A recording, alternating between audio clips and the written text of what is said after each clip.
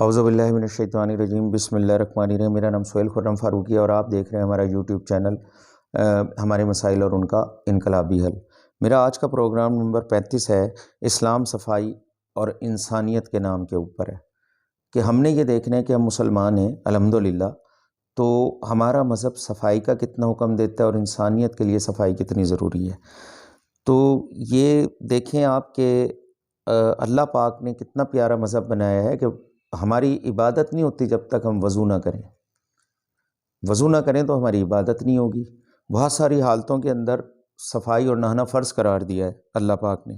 کھانا کھانے سے پہلے ہاتھ دھونے کا حکم ہے، کھانا کھانے کے بعد ہاتھ دھونے کا حکم ہے۔ ویسے تو دنیا کے تمام مذاہب صفائی کا درس دیتے ہیں، لیکن اسلام نے ناپاکی اور پاکی کی وضاحت قدم قدم پر کی ہے تاکہ انسانیت صاف ستھری رہے اور بیماریوں سے پاک ہو۔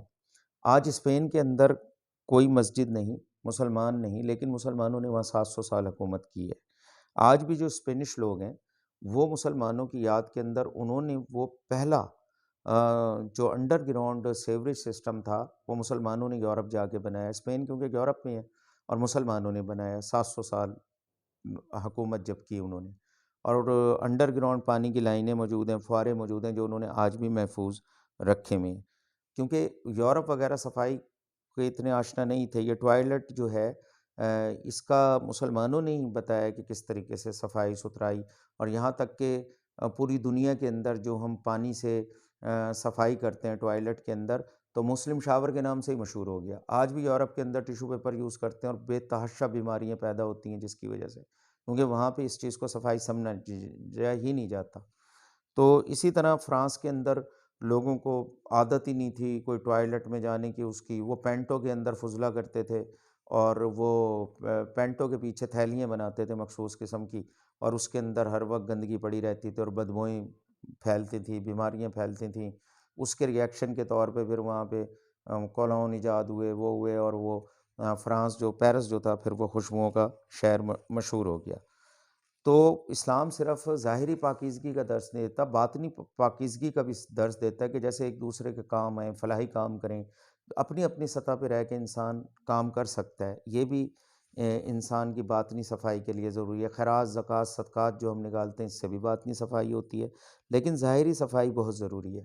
ہم یہ دیکھتے ہیں کہ اپنا کوڑا کرکٹ اٹھا کے ہم باہر دوسرے کے دروازے کے آگے پھینک رہے ہیں، یا محلے کے اندر جمع ہو رہا ہے، تو اس کو ہمیں صاف رکھنا چاہیے، اسے اٹھوانا بھی چاہیے، یا ممکن ہو سکے تو اس کو کسی بھی طریقے سے تلف کیا جائے یا اس کی کھاد بنائی جائے۔ اس کے اوپر ہمارا پورا پروگرام بھی ہے، کوڑا کرکٹ کے اوپر، سیوریج کے پانی پہ بھی ہے کہ ہم کس طریقے سے اس کو باقاعدہ ہم کام میں لا سکتے ہیں۔ کوڑا کرکٹ کو بھی ہم کام میں لا سکتے ہیں، اسپتالوں کے کوڑا کرکٹ کو بھی کام میں لا سکتے ہیں، تاکہ مسلمان زیادہ ذمہ دار ہے صفائی کا دنیا میں۔ ویسے تو ہر انسان ذمہ دار ہے اپنی اپنی سطح پہ، لیکن مسلمان زیادہ ذمہ دار ہے۔ لیکن کم از کم پوری دنیا میں گندگی ہو تو ہو، لیکن یہ جو 55 ممالک اسلامی ہیں یہاں پہ کہیں گندگی نظر نہیں آنی چاہیے۔ میں خود اپنے ملک اور پاکستان کی بات کروں تو مجھے بڑا دکھ ہوتا ہے، دنیا کا دوسرا بڑا شہر کراچی گندگی کا ڈھیر بن گیا صرف حکومتوں کی نااہلی کی وجہ سے، جبکہ ہم اس کے کوڑا کرکٹ کو اٹھوا سکتے تھے، اسے بہتر طور کے اوپر استعمال کر سکتے تھے۔ تو دیکھیں صفائی کی اتنی اہمیت ہے۔ مجھے یاد ہے کہ میں نے ایک کتاب پڑھی، ہم مسلمان کیسے ہوئے، اس میں سرکردہ شخصیات کا ذکر تھا کہ وہ مسلمان ہوئیں، تو اس میں ایک خاتون سفیر تھیں انڈیا کی، تو انہوں نے بتایا کہ میں نے ایک ریسرچ کی کہ مسلمان ملازمین جو میرے پاس ملازم رہے، کہ ظاہر ہے سفیر بہت بڑی چیز ہوتا ہے، مختلف ملکوں میں جاتا ہے، اس کو تو مسلسل پروٹوکول ملتا رہتا ہے جب تک اس کی جاب ہوتی ہے، تو اس کے پاس طرح طرح کے ملازمین آتے ہیں، تو وہاں پہ جو ملازم تھا اس کا، انہوں نے دیکھا کہ جو ملازمین مسلمان ہیں چاہے وہ گندا کام کر رہے ہیں گھر کی صفائی ستھرائی کا، ان کے جسم میں سے بدبو نہیں آتی۔ یہ کلمے کی برکت ہے، یہ اللہ پاک کا ایک بہت بڑا معجزہ ہے کہ بدبو نہیں آتی۔ ہاں اگر مسلمان حرام کرے گا، کفار کی طرح اگر وہ شرابیں پیے گا، حرام کھائے گا، تو پھر تو ظاہر ہے بدبو آئے گی، لیکن مسلمان اگر صاف ستھرا ہے اور وہ چاہے گٹر بھی صاف کر رہا ہے تو اس کے جسم میں سے بدبو نہیں آتی۔ تو وہ جو خاتون تھی اس نے ریسرچ کی کہ غیر مسلم چاہے جتنا بھی اچھا کام کرے اس کے جسم میں سے بدبو آتی ہے۔ تو یہ کتنا بڑا اللہ کا کرم ہے کہ کلمہ پڑھنے کے بعد اللہ پاک ہمارے جسم سے بدبو کو ختم کر دیتا ہے۔ تو وہ خاتون جو تھی وہ مسلمان ہو گئی اس بنیاد پہ۔ اسی طرح OJDC کے ایک افسر ہمیں ملے، وہ کہنے لگے ہماری میٹنگ تھی اور ہم اسلام آباد میں میٹنگ کر رہے تھے، ہمارے ساتھ گورے بھی بیٹھے ہوئے تھے. تو وہ کہنے لگے وہ گورا بار بار اٹھ کے اندر جا رہا تھا اور واپس آ رہا تھا. میں سمجھا شاید اس کا پیٹ خراب ہے، پتہ نہیں کیا ہے. تو آخر میں وہ کہنے لگے کہ گورے نے مجھے کہا کہ تم کون سا کولون یوز کرتے ہو. تو وہ کہنے لگا کہ جو بزرگ تھے جنہوں نے ہمیں یہ واقعہ، انہوں نے کہا کہ ہم تو کوئی نہیں یوز کرتے. تو انہوں نے کہا اتنی دیر سے مجھے اپنے میں سے بدبو آ رہی ہے اور مجھے بار بار جانا پڑتا ہے وہاں پہ، کیونکہ وہ شرابیں پیتے ہیں اور نشے کرتے ہیں اور حرام گوشت یعنی سور کا گوشت وغیرہ کھاتے ہیں، تو ان کے پسینے میں بھی بدبو ہوتی ہے. تو وہ کہنے لگا مجھے بار بار جانا پڑتا ہے کولون لگانے کے لیے.